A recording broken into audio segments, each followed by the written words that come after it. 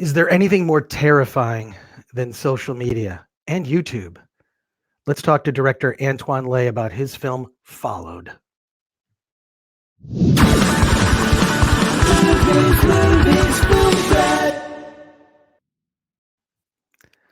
Welcome to the Film Threat Podcast, Antoine Lay.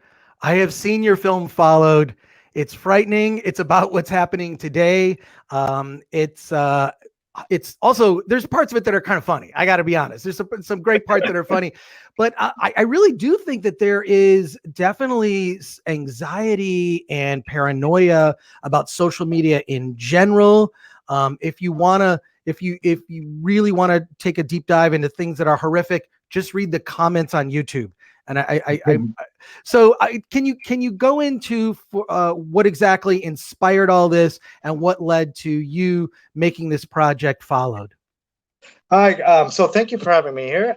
So the original concept of it, or the genesis of it, is that the whole Elisa Lam story, the whole Hotel Cecil, and how crazy or how bizarre that story was, that captured me the first time. Like when I first heard it and when I saw it in the news, I just needed, I was just really entranced by it. I just really intrigued by it. And of course, when I met with writer Todd Click, he actually was very much, intrigued by the whole concept as well. So we dug deeper. And of course, Todd had a great idea that, hey, what about we looking at the culture today? The social, everybody's all obsessed with social media, following and all that. So how about we, turn it into a vlogging sort of movie that actually has to do with a real life tragedy at the hotel.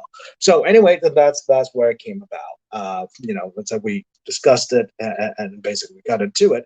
And I really like the whole vlogging concept in social media because, now as you can see, nowadays social media is literally everything. It encompasses who we are, what we do. So no matter what you do, social media, it's everything. And whatever that you do or whatever that just gets captured, that goes on to live in infamy, right? And so in my film, and part of the things that I wanted to make the film is that, or a few questions that you might ask is that, what am I seeing? Is it real? Has it been doctored? Has it been, changed in any form? Or is it just raw footage?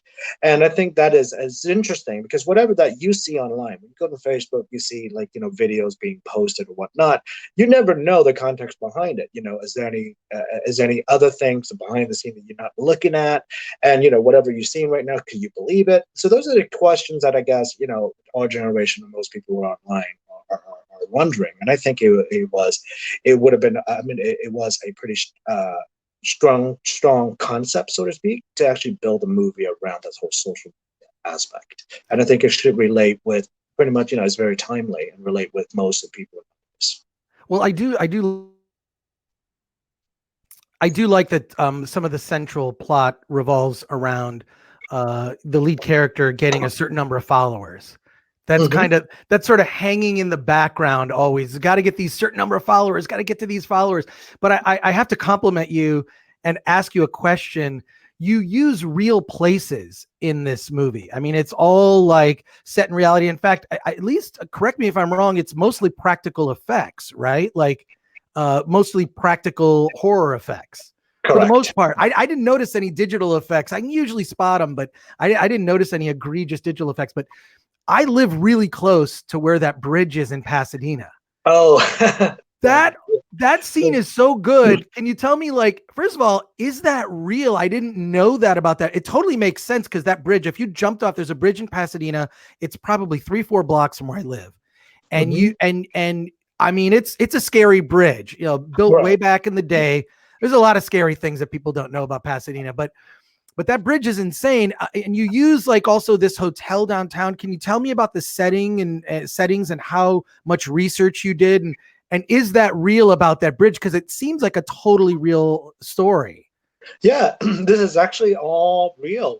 Todd Click, our brilliant writer, he's done a ton of research. And excuse me, Todd is the type of writer that, like whatever that he writes about, he actually would spend months living it. I'm talking about like he gets into a little minute detail about certain plays. Like I didn't even know any of the story that when I read the screenplay, I was like, whoa, this is nice, great job, Todd, for coming up with it. And he's like, no, it's actually real. I did the research on it, right? So, so he did research on every single location, including the Cecil Hotel that we ultimately did the movie about. Obviously, we weren't able to use the actual location, so we had to use other hotels that would actually double as the Cecil. And as far as the stories that you see it, yes, we may have changed the name, we may have changed the actual circumstances. For case in point, Megan came as a fictional character, but is based on a real life character. And the reality of it is that the majority of it are real. It's just that the name, the location might have been changed just to protect the people, the real people behind it. But yes, long story short, everything that we had up there is actually based on real story, real life events. And yes, we did quite a bit of research, or Todd did. And us, a director as well as actors, we actually stayed at the Cecil Hotel for half a night just to see what it feels like. So when you see the movie, when you think little touches that I put in, like for example, the glitches, the all the practical effects. Believe it or not, one of the practical effects, it actually happened live on set. So if you recall, there was one of the scenes that the prop head just fell down. Literally, that was not planned, not whatsoever. It happened, right? And when we stayed at the hotel, we actually would hear weird noises. So in the movie, I think I made references to that, like, hey, where are the weird noises coming from? We actually heard it. We didn't know what it was. It was strange. And the air in the hotel that we stayed at was pretty heavy. And again, a lot of it has to do with psychological, because you're pre-exposed to the fact that this may have been haunted. So I guess we were all on edge. But yes, a lot of them, of course, a lot of things behind the scenes when we were filming movies. This movie as well that actually happened was really strange. But well, yes, it's interesting. First of all, now I want to go on a deep dive about this bridge in Pasadena. Pasadena has actually a walking tour of haunted hotels. So that's kind of interesting. But what I love about the film is I guess it goes in the category of found footage movies, which I personally love.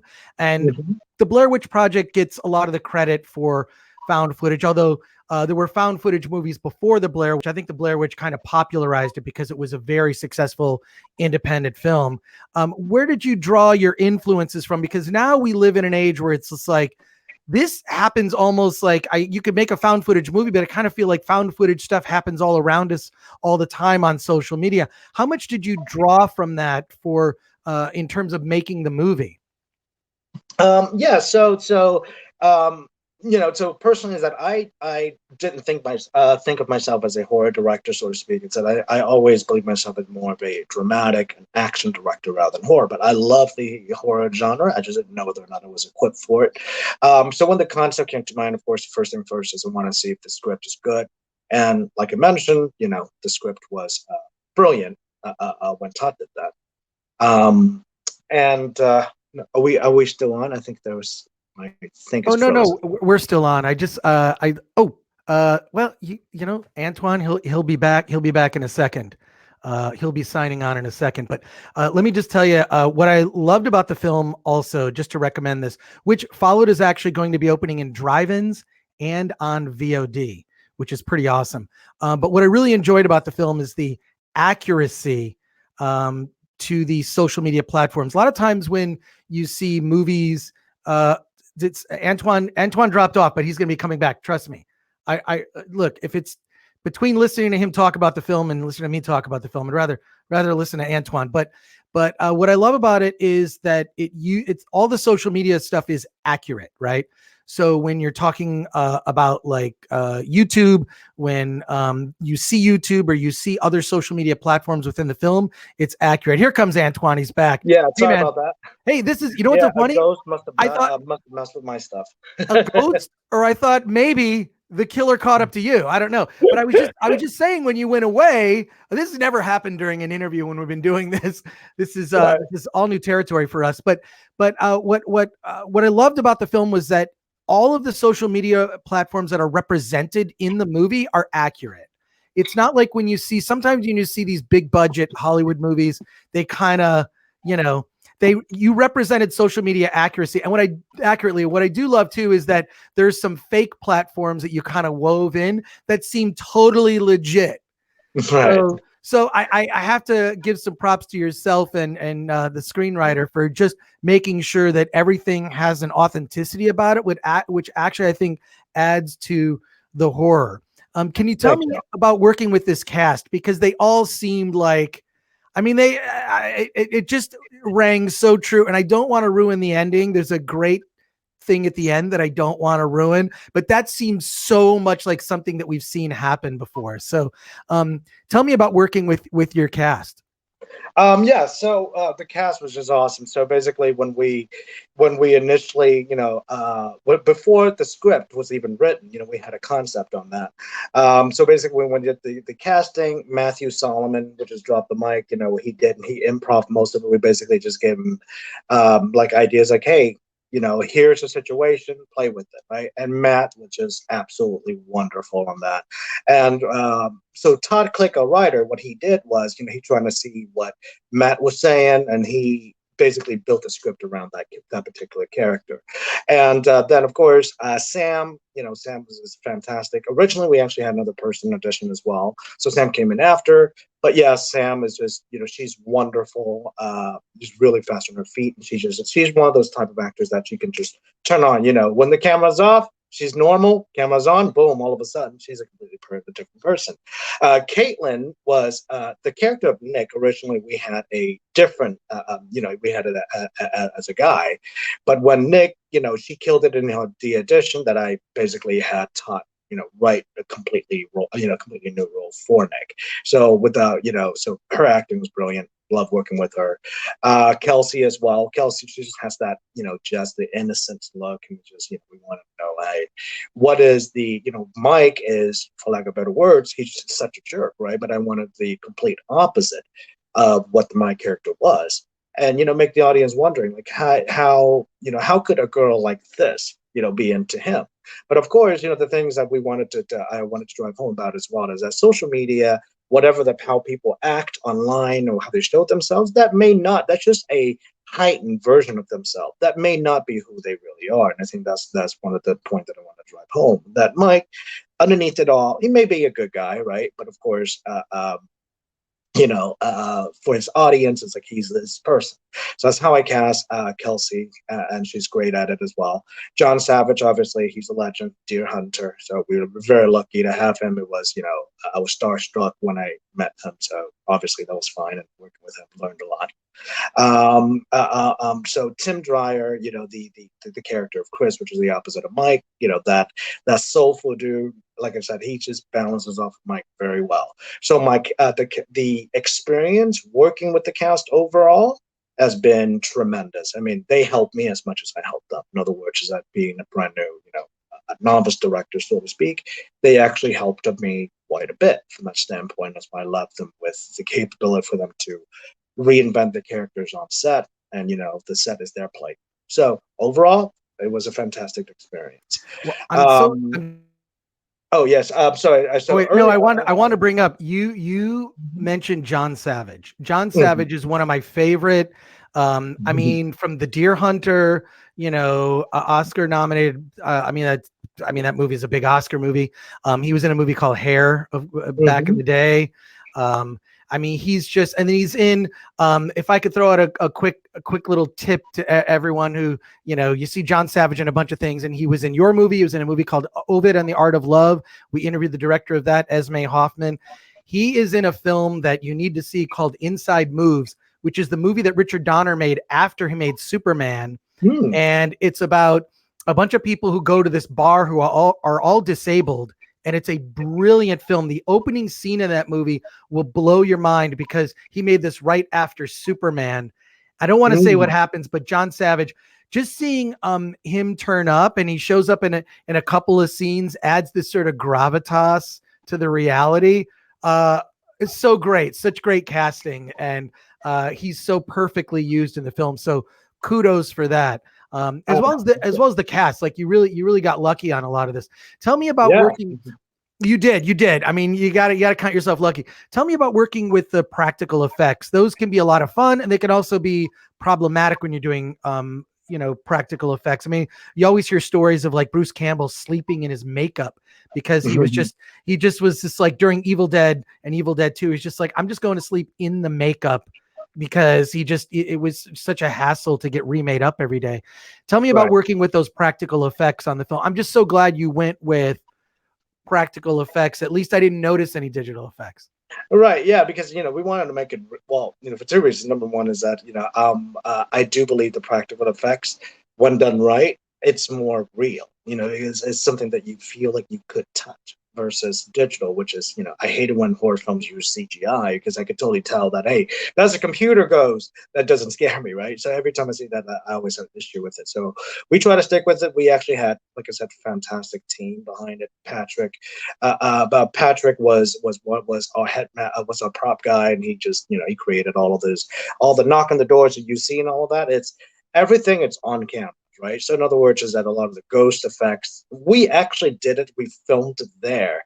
But it's just, I think we just used some sort of angles just to cover, certain things. But from the practical effect standpoint, I thought it was challenging, but it was really fun. So case in point, our producer and our editor, he's brilliant, by the way, Matthew Brubaker, our lead producer. And he's the one that also cut the film as well. Believe it or not, he's actually featured at a couple of ghosts in the movie. You probably, you probably couldn't tell because we actually added effect for it, but he actually was the actual ghost. So I thought it was fun. It was really fun to just have it filmed right there, seen on the camera. And in my mind, I was trying to figure out, like, okay, so now that we have the film footage here, if we were to add digital effect layer on top of it, how would it look? So I thought it turns out good. So yes. So long story short, yeah, it was challenging, but it was fun. And for my next films and whatnot, I would prefer to stick with practical effects rather than CGI or computer. It's just more fun that way.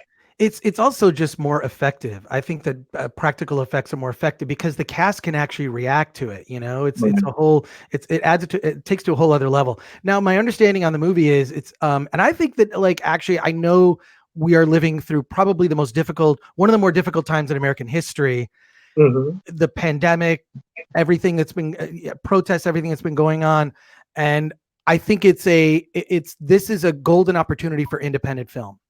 And an independent film like yours, I think, because we become so used to the factory filmmaking, the big studios putting out a movie, several movies every week, and we get used to going to the theater to see them. I think now a lot of people's habits have changed. Not mine. I always seek out indie movies, but I love that now, a lot of these films are available, like yours will be available on VOD, but also at drive-ins, right? Is that, yeah. Tell me about because the thing is, as a filmmaker, as a director like yourself, you're not just involved in making the movie. Now you're promoting the movie here on the Film Threat podcast, but also I'm sure you're involved in the distribution and release. Tell me about this drive-in rollout and how the film is being released, because I think that it'll actually add to the experience to see this movie at a drive-in. Yes, and I completely agree with it. So, so basically, our film, ever since we got into festivals and whatnot, we were approached by a lot of distributors to release it straight to digital, and we were very careful as far as who we wanted to choose, and I think with the team, again, the team is Matt, which is the lead producer, and myself. We always wanted to release this film in a theatrical setting. Not only because we're filmmakers, right, and we want to learn the films to be in theaters, but I do believe that the experience, the everything, and just sit in the theater and be really entrenched, be immersed in this world, because I want to make this a particular movie the way that I pace it. I wanted to make it look like a ride, like you actually are living through someone's vlog. So we really want to push for theaters, and finally we chose Global, which is our partner, and they've been great so far. And we had a theatrical date planned for April, but of course the pandemic happened, and when that happened, obviously we were all bummed out because we didn't know when we were going to go. Then obviously the drive-in phenomenon happened, and the first that came across my mind when I heard about that was I didn't like it too much because I was like, oh man, drive-in, I want drive-in. What happened to the sound? I want the sound. I want the 7.1 and 9.1 surround sound, right? So I was a little bit bummed out, but then on the same token, I've never been in a drive-in before, right? And I started reading articles about drive-in. I started reading experience of other filmmakers that have had, go to drive-in, and Todd Click, a writer, he had the same initial reaction as I did too. He wanted a movie to be in theaters, but then he actually realized in terms of the nostalgic, he's been in it before, so he's been in it, he's experienced it, so it's just the nostalgia hit him hard. And he actually wrote a fantastic tear-inducing essay, which is to be posted on the Daily Beast, I think, over the weekend. But so you get to read more about it as well. But after I read that article, I was like, yeah, maybe I should give it a try. And the more I think about it, the context of our film, which is being a quote-unquote a ride, a first-person experience, I think it might work out fairly well, especially in this drive-in setting. And if you saw the film, that is the longer the film goes on, is more like the more isolated the character becomes, the more isolated the audience who entrenched in it should become, should be aware of. And by sitting in your car, with you and maybe a date or just you by yourself, which is on a big screen with the sound coming from radio, I think it would be a pretty terrifying experience. I could just imagine myself watching someone else's horror movie and just being by myself in a car and seeing all of this unfold. I think it could be a pretty unique experience. So, yeah. So I'm actually truly excited about having my first ever drive-in experience, and of course seeing my movie on there as well. But yeah, I can't wait until everybody experience it. I really want to know what people think. So once people do see it, anyone, if you guys go to followedhorrormovie.com and enter your zip code, you might be able to see it's a theater near you. I highly encourage you watch it, and highly encourage you post it on social media. I want to know what your feelings are like. I'm curious about it, right? It's just for my own research more than anything, right? So. Well, I actually live close to two drive-ins, the Mission Tiki and the Pacific Vineland drive-in on the east side. And I'm actually going to the drive-in tonight to see a movie. And I've been going to the Pacific Vineland and the Mission Tiki for years. They're great. There used to be, just from a historical perspective, 6,000 drive-in movie theaters in the United States. Now there's maybe around 500. I think the drive-ins are going to make a comeback. Could I make a recommendation? You need to go see Followed at the drive-in. The cool thing about it is, one, you can be on your phone during the movie and no one's going to yell at you. Right. You can bring your own snacks if you want, or you can support the drive-in, buy some popcorn there, whatnot. But the best part is just take a break, go to the bathroom or run to the refreshment stand. When you come back and your friends are in the car, is a perfect opportunity for you to jump on the car and scare the crap out of your friends. Make sure that you film it. Just make sure that you film it, and I don't know, what's the hashtag followed movie? Is that the hashtag? Yes, followed movie, followed horror movie, or just followed. Yeah, those are the three hashtags awesome. we've been using. And yes, I highly encourage people to do that. Do what Drop the Mic does. Vlog yourself as you watch this movie. That's I want to see that, connectivity between the social media and really seeing this. I think it'll be fun. It'll be really fun. That's perfect. Antoine Lay, thank you so much for being on the Film Threat podcast. The movie is Followed. See it at the drive-in, see it on VOD, scare your friends, go to followedmovie.com. Thanks a lot for being on the show today. No problem. Oh, one more thing. Yes. So earlier, I know you were asking me like the inspiration I had for the movie. So obviously, I'm inspired by, those that came before me. But when I made this movie, it is paying homage to the great, Paranormal Activity as well as Blair Witch Project. But I think that they have already perfected the formula. So what I want to do is bring in more of a modernized take, I would call it the Christopher Nolan take on, which is how do I make it cinematic and engaging, and it's different from a traditional found footage. And that's where my inspirations are. Well, Antoine, thank you for being on the podcast, and check out this film. It's super fun. It'll scare the crap out of you. Thanks again. Thank you. Appreciate it, guys. Thank you. Later. Bye-bye.